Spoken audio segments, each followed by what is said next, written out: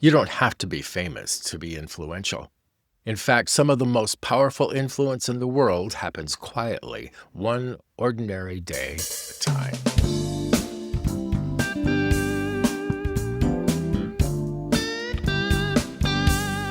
Welcome to Vibrance, where purpose and clarity thrive. Today, we're talking about how influence actually works when you're not famous. Somewhere along the way, a lot of people started believing that influence belongs to the loudest person in the room, the person with the biggest platform, the most followers, the best brand, the most expensive whatever. If that's the definition, most of us are out before we even begin. But that's not how influence actually works. It's certainly not how God seems to work. It's much simpler. Jesus said, "Go make disciples, teach them what I taught you, and baptize them in my name." And we ask, yes, but how? Paul provides a very concise, practical approach in 2 Timothy 2:2.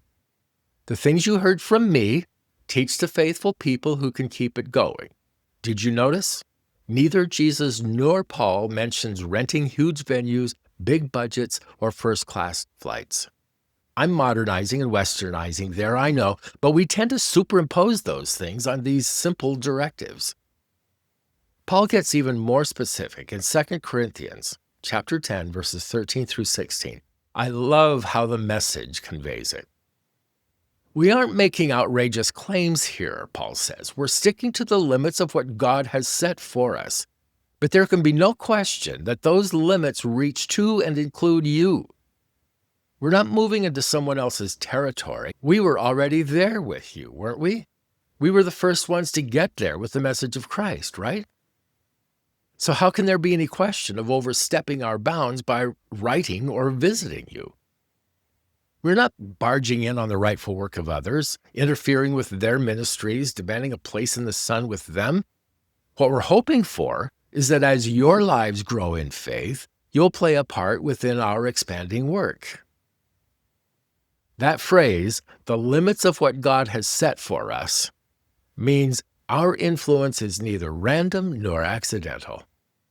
It's not something we have to manufacture from scratch. There is a sphere or circle, a relational range where your life touches other lives. According to Paul, God assigns it.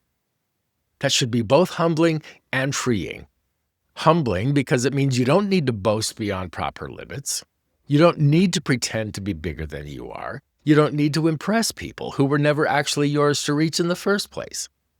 And freeing because it means you can quit discrediting the ordinary spaces where your real influence is already being felt. Influence is often more about presence than about visibility, more about consistency than celebrity. Not so much being known by many, it's about being faithful with the few. Think about your life. The real one, I mean, not the one you imagine in December when you're crafting next year's ambitious goals and objectives. I mean, the people who hear your voice regularly, who watch how you respond under pressure, who notice whether your words and your life match. That would be your family and friends, clients and coworkers, neighbors, people at church, the person who always ends up talking with you after the meeting. That's a sphere. And in that sphere, your influence is already at work. Not someday, now.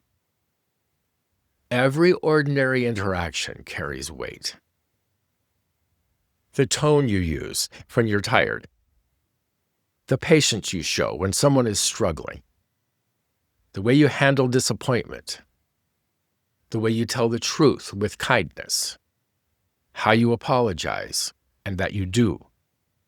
The way you opt to encourage instead of compete. The way you make room for other people to grow. That's influence. While we're here, let's take care of another myth, shall we? Influence is rarely dramatic. Most of the time, it's cumulative. It works like water shaping stone. Quietly, repeatedly, over time. A conversation here, a prayer there. a generous response, a calm presence in chaotic moments. You may not even notice it while it's happening, but other people do. And over time, they begin to connect your presence with steadiness, wisdom, grace, truth, courage. That's long-haul impact. History gives us a beautiful picture of this in a very ordinary-looking moment. When Saul of Tarsus was newly converted, the early believers were understandably suspicious of him. He had a reputation, a painful one. He had been known as a threat. He was a threat. And then Barnabas stepped in. Barnabas was the kind of person who could look past the fear in the room and see what God might be doing in a man's life. He came alongside Paul, vouched for him, and helped create space for trust to grow. No flash, no headlines, no interviews on Good Morning Jerusalem. Just one faithful person using his influence well.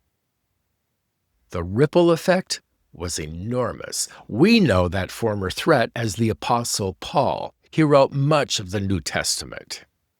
And that's what redemptive influence looks like. Now, some people shrink from the word influence because they associate it with manipulation. To them, it feels like image management, like trying to control outcomes or build a following. But redemptive influence is different. It doesn't control people, it serves them. It doesn't draw attention to self, it points toward what is good and true and life-giving. It doesn't say, notice me, it says, let me help strengthen what matters most in you. That's one reason I'm drawn to Paul's language here. He's not talking about size, he's talking about stewardship. Faithfulness within the area God has entrusted to him. Maybe that's the shift some of us need. Maybe we need to replace how do I become more influential with how do I become more faithful in the sphere I've already been given? That latter question changes things. It changes how you walk into a room. It changes how you show up in your home, the way you lead conversations. It changes how seriously you take small moments. If God really has assigned you a sphere, and He has, there's no such thing as a meaningless interaction. Every act of encouragement, honesty, restraint, generosity, or courage has significance. Paul adds one more thing. Our hope is that as your faith continues to grow, our sphere of activity among you will greatly expand. In other words, healthy influence grows. We should want and expect it to. That growth is the result of faithfulness, though, not self-promotional hype. Do you see the maturity, trust, and spiritual depth here? That's encouraging. You mean I don't have to chase expansion?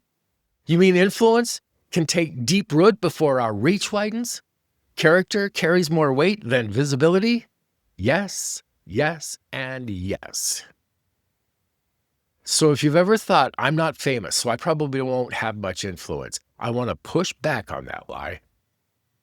You don't need a stage to shape a life. You don't need followers to strengthen a soul. You don't need a brand to work in the places God has assigned to you. You just need to pay attention to your stewardship in your sphere. There are ordinary people and ordinary moments there that carry extraordinary potential, and they need you. That's why God put you there. Here's a simple question to carry with you today. Who is already inside my God-assigned sphere of influence? And how can I serve them well? Not impress them, serve them. Because that's how influence actually works. Across kitchen tables, in office halls and doorways, text messages, prayer lists, and quiet, faithful days. That kind of intentional investment may never go viral, but it can go very deep. Who knows? One day in glory, someone may approach, shake your hand, or give you a hug and thank you for making a difference in their life back on earth. You'll have all the time you need. This is heaven, right? So you'll say, let's go for a walk. Tell me. And you'll smile inside as they tell their story, because nobody famous was moving in their world right then. God assigned that to you.